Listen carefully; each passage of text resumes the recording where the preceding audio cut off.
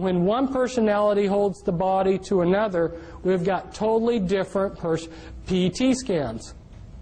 The mind of a multiple personality, and they now call MPD DID, just recently changed that, I think, to throw some confusion into things. But when you look at the PET scans, they're different. If I try to impersonate a different persona while I'm getting PET scans, my brain will look the same. The programming is layered in, and this comes from another one of our books back there. Cisco did amazing drawings where she invited her different alters, her different personalities to work together on putting down on paper what they were seeing, because they had no talk programming. And the programming that is so sophisticated, in the 3-hour workshop, I'm going to try to go through step by step and give you more of the details of how it's done. And of course, you've got the Volume 2 book, which explains it from A to Z too. But there's so much to talk to you about. I mean, how they're using implants, and on and on and on. And I'd love to tell you everything that I know.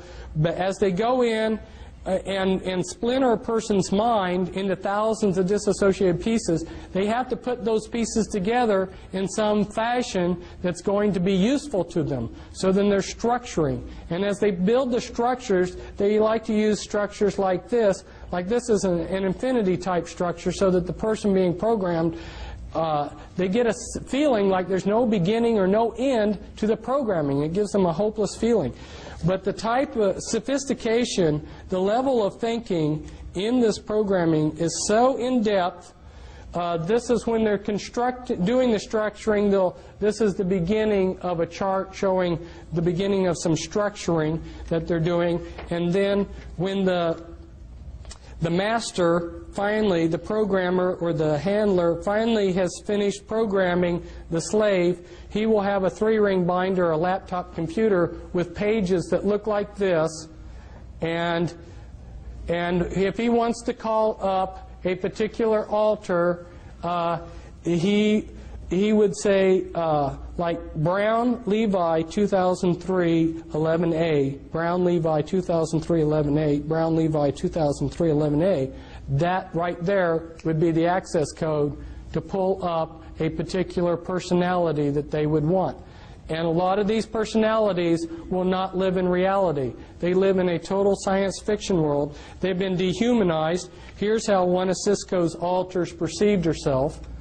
And they use Walt Disney movies for the programming. As you can see, this is from a Walt Disney movie where a doorknob it takes on life.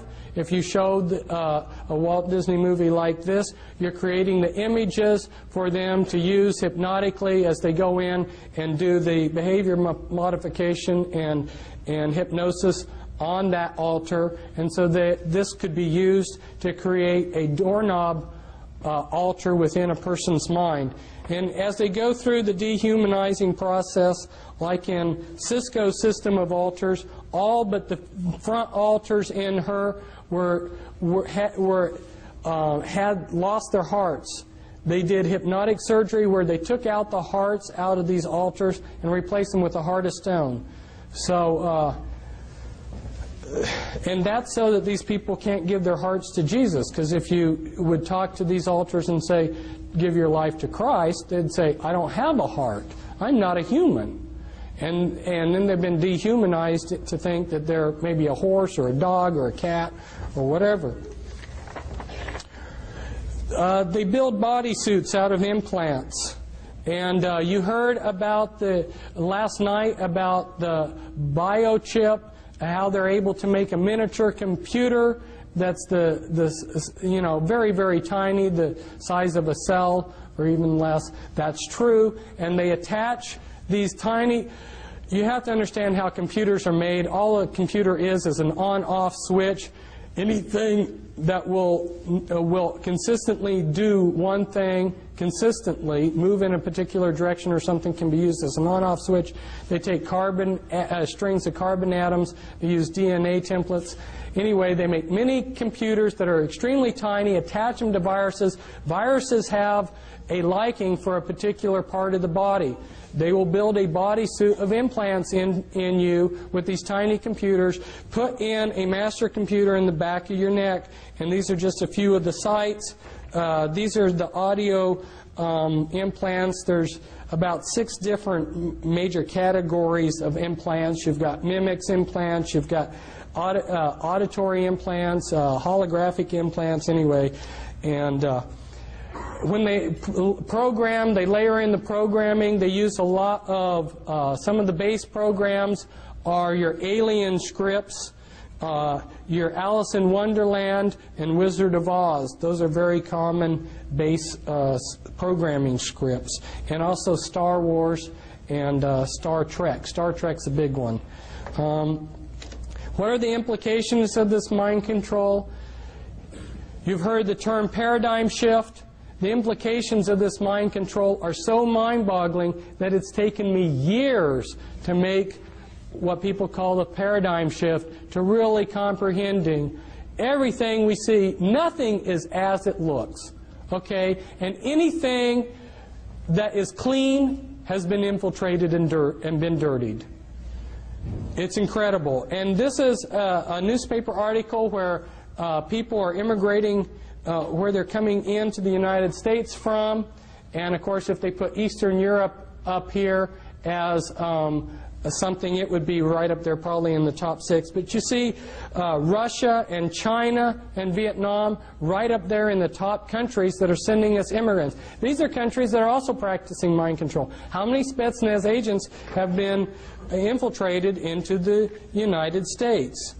We're not being protected, but we're being moved towards a one-world government.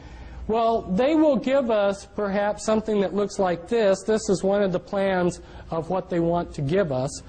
It looks real nice, and it looks like we are ruling ourselves through this world's government. The problem is that with the mind control, they will control everything from behind the scenes. So, including, I had a friend who was a mind control victim, and one of the insiders that was trying to fight the New World Order came up to him and said, this was back in 1990, and said, "You are a monarch mind-controlled slave." He didn't know what that meant. He said, and this insider said, as proof of who I am and that my information is for real. This was 6 months before the primary election in which Bush and Clinton ran against each other. He pulled out a map, and it had all the votes for the final votes of the presidential campaign, the electoral college votes, and the final popular votes. And these men found out the same thing that I found out from various sources, James Collier and his brother. They spent 20 years tracking down how the voting is rigged. I'm telling you, people, nothing is as it seems, and there are people that can come up here and stand up here and be a lot more humorous than I, and can tell you, you know, that you can vote these people out of office. There is no political system that is going to work anymore when they are making mind-controlled slaves. And I'd love to have all of you come to my workshop, because there's so much that I have to say, and it's so important. And our table's back there. Thank you.